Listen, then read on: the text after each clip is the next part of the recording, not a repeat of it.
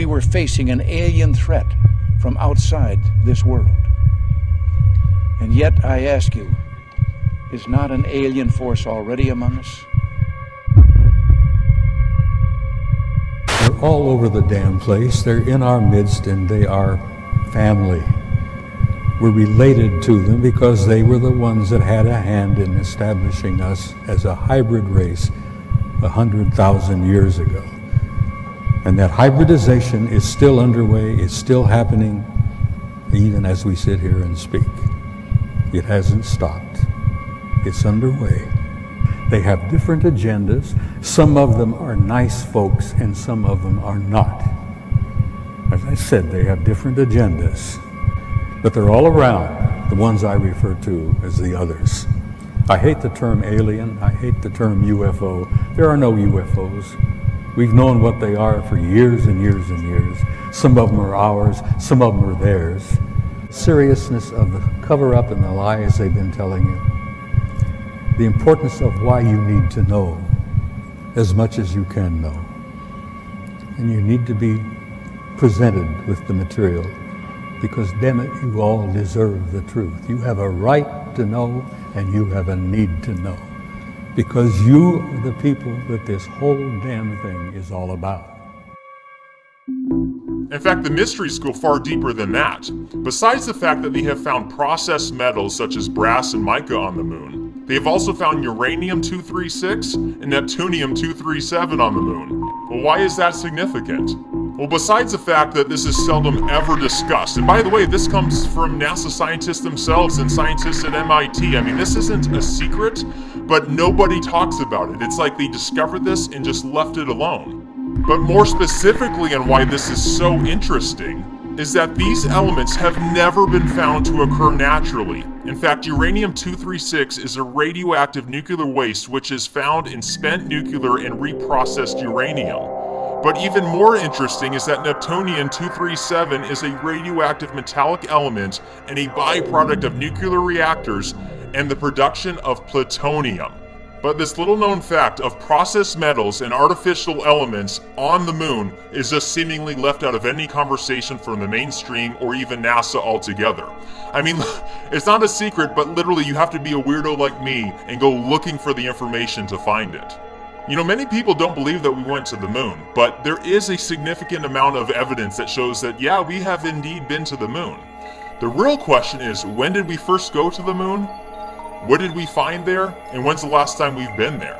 Does anyone else think that it's odd that the United States, in the middle of a Cold War and a space race with Russia, would send a couple astronauts to the moon for the very first time on live TV in front of a global audience, knowing that there is incredible risks and dangers and the likelihood that they would, well, die in the process? Insiders have told and spoke about this before, and many people have shunned them. I mean, Alex Jones has reported on this, and I'm not an Alex Jones fan, to be honest with you, but he's been right about a number of things, so you can't just dismiss everything he says altogether. But regardless, he claims that really the story is that, look, Neil Armstrong and Buzz Aldrin were not the first on the moon. Hence why, I mean, look at the Apollo 11 press conference on how unbelievably awkward that is. They lack any enthusiasm for it whatsoever, despite just coming back from being the first people to step foot on the moon and being global superheroes overnight. Yet they came home and became massive drunks. Neil Armstrong did as little public appearances as possible to the point where he pissed off NASA, and then he went into hiding for more than 3 decades without doing a single formal public interview about his experience. I mean, that's really odd. To be honest with you, I think we're there right now and that we never left. If you think that sounds crazy, then you should probably start asking yourself what in the world our deep state intelligence agencies did with the more than $6.5 trillion that has just vanished from the Pentagon. I mean, you may have seen these stories circulating around the news outlets from last September and August from 2016. And then we just never hear anything about it since then. Nothing from President Obama or President Trump. It's just, the story's just gone. But what did they do with the money? I mean, $6.5 trillion is practically an infinite amount of money. I guarantee you there's a hidden space program, we're on the moon right now, and there's far more to it than we ever thought possible. Have you ever heard of the hollow moon theory? Well, it's more than just a theory because the evidence is overwhelming. I mean, besides the mathematical formulas and equations that are utilized for measuring mass, NASA and other scientists have been baffled on why the moon just lacks so much mass that it should have based on all the other calculations that we have about it. Yet when experiments have been done from the seismographs placed from the early Apollo missions, such as when we threw the Saturn V launch vehicle from the Apollo 13 mission, when it crashed into the moon, it resulted in an impact equivalent to approximately 11 tons of TNT. And when they did that, the seismographs bounced with wavelengths for more than 3 hours and 20 minutes. And scientists from MIT literally stated that it rang like a bell, and they're completely baffled by it. And the only explanation that they have is that, well, the moon is hollow, which raises all kinds of other incredible questions. So take, for example, the fact that there is an abundance of titanium on the moon. In fact, concentrations of rocks that contain titanium on the moon versus Earth show that the moon has 10 times as much titanium than Earth, hence the reason why they're in such a rush to go mine the place. But there's other questions, such as the big mystery on why these massive craters on the moon are so shallow, like dinner plates. They can't account for it. They don't know why they're so shallow and that the depth versus width ratio doesn't add up whatsoever. Could this give credence that maybe there is a titanium sphere on the inside of the moon? I know that sounds crazy, but let me show you some more information on that. And by the way, research the hollow moon theory for yourself, but you'll notice that the mainstream just ignores it altogether, and all you have is fringe media outlets that compare it to being a Death Star. Seriously, can't we have an adult conversation and just look at the data and ponder on what the possibilities are? I mean, isn't it really interesting that ancient civilizations discuss the time before the moon? Whether it be authors from ancient Greece or Rome, or even the Zulu tribes in Africa that discuss this in depth, or even allusions to the time before the moon mentioned in the Hebrew Bible. In fact, these legends even go all the way over to South America from native tribes from the mountains of Colombia. I mean, we can't just dismiss verbal legends altogether. I mean, after all, hundreds of civilizations across 5 continents around the world ended up being right about the stories and legends of a great flood. Because it's been scientifically verified that yes, approximately 13,000 years ago, there was a sudden and rapid 400-foot rise in global sea levels. And those legends survived more than 12,000 years. So is it possible that these legends may be true and that, well, maybe the moon was brought into orbit around the Earth far sooner than we ever thought possible?